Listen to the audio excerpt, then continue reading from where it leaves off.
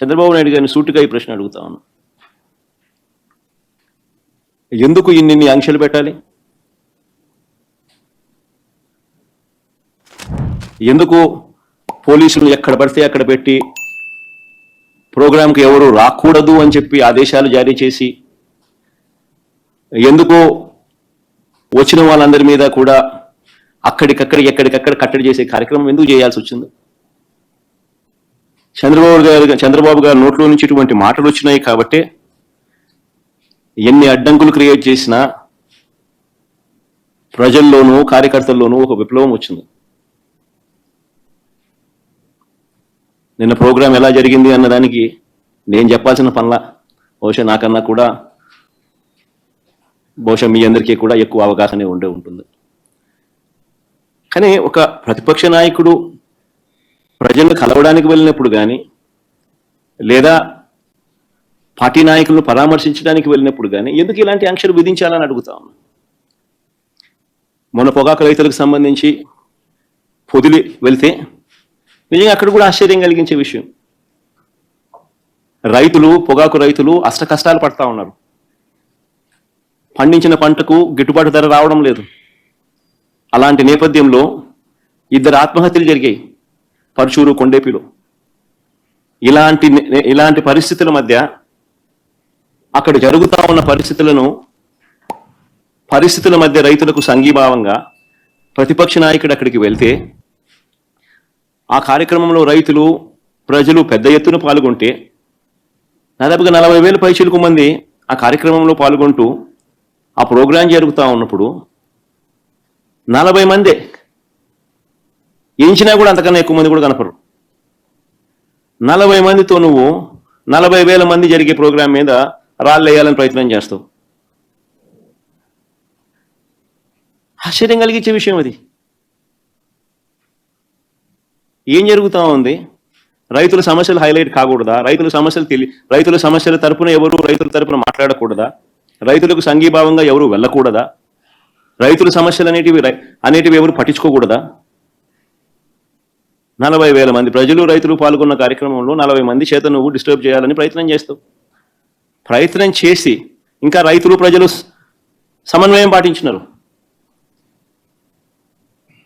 కాబట్టి 40,000 మంది మీద పడలా. ఒకవేళ పడుంటే పరిస్థితులు ఏ మాదిరిగా ఉండేదో నేను చెప్పాల్సిన అవసరం లేదు. ఎవరైనా ఊహించుకోగలుగుతారు. 40 మంది చేత గొడవ నువ్వు చేయిస్తావు, ఉల్టా రైతుల మీద నువ్వు కేసులు మళ్ళా పెడతావు.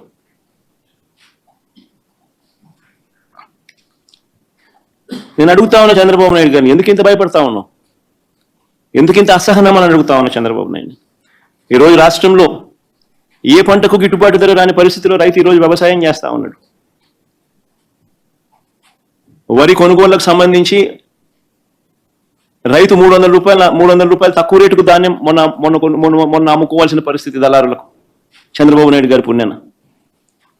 వరి దగ్గర నుంచి మిరప, పత్తి, జొన్న, కందులు, మినుములు, పెసులు, మొక్కజొన్న, సజ్జలు, రాగులు, వేరుశెనగ, అరటి, చీని, కొక్కో, ఇప్పుడు పొగాకు, మామిడి కూడా.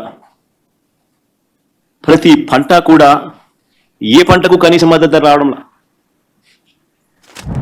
రైతులు అష్ట కష్టాలు పడతా ఉన్నారు. ఈ మధ్యకాలంలోనే పల్నాడు జిల్లాలో 2 ఆత్మహత్యలు పొగాకు రైతులకు సంబంధించి పల్నాడు కొండేపిలో జరిగితే 2 రోజుల కిందట పల్నాడులో కూడా చిలుకలూరుపేట నియోజకవర్గంలో, వినుకొండ నియోజకవర్గంలో 3, చిలుకలూరుపేటలో 2, వినుకొండలో 1. పైగా కూర్చోబెట్టి కులాన్ని దూషించడం, దీనికి వీళ్ళ అహంకారానికి కులం ఏం లేదా. ఎవరైనా సరే, శ్రీనివాసరెడ్డి గారు కావచ్చు, శేఖర్ నాయక్ గారు కావచ్చు, ప్రతాప్ గారు కావచ్చు, జవహర్ గారు కావచ్చు, ఎవరి మీదైనా సరే వాళ్ళకి ఆధిపత్యానికి అడ్డుకుంటే మటుకు వీళ్ళకి ఇదే. నేను వీళ్ళందరికీ ఇదే చెప్తున్నాను మీకు. ఇది గత ప్రభుత్వంలా కాదు. ఇది ఇష్టారాజ్యంగా చేస్తాం మేము కూర్చున్న వ్యక్తులం కాదు. మేము సాక్షాత్తు నేనే ఉప ముఖ్యమంత్రిగా ఉండి నేను తప్పు చేసినా శిక్ష పడాలి అని చెప్పి అసెంబ్లీలో చెప్పిన వాడిని. అలాంటిది మీరు ఇష్టారాజ్యంగా కూర్చొని అధికార విధులు నిర్వహిస్తున్న వాళ్ళ మీద దాడి చేస్తే ఏమాత్రం ఉపేక్షించాం. ఎస్పీ గారికి చెప్పాం, కలెక్టర్ గారు దృష్టికి తీసుకొచ్చాం. కలెక్టర్ గారు కూడా ఇదే చెప్పారు. నిన్న కొట్టగానే వెంటనే ఆయన విజయవాడలో ఉంటే ఆయన దృష్టికి తీసుకొస్తే వెంటనే ఎస్ఐని కానిస్టేబుల్స్ని పంపించిన సమస్య సాగల. అదనపు బలగాలతో సిఐతో వెళ్తే తప్ప పరిస్థితి కంట్రోల్లోకి రాల. వీళ్ళకి కులం ఎక్కువ తక్కువ లేదు, వీళ్ళకి అహంకారం నడినెత్తి మీదకి వచ్చి కొట్టుకుంటా ఉంది.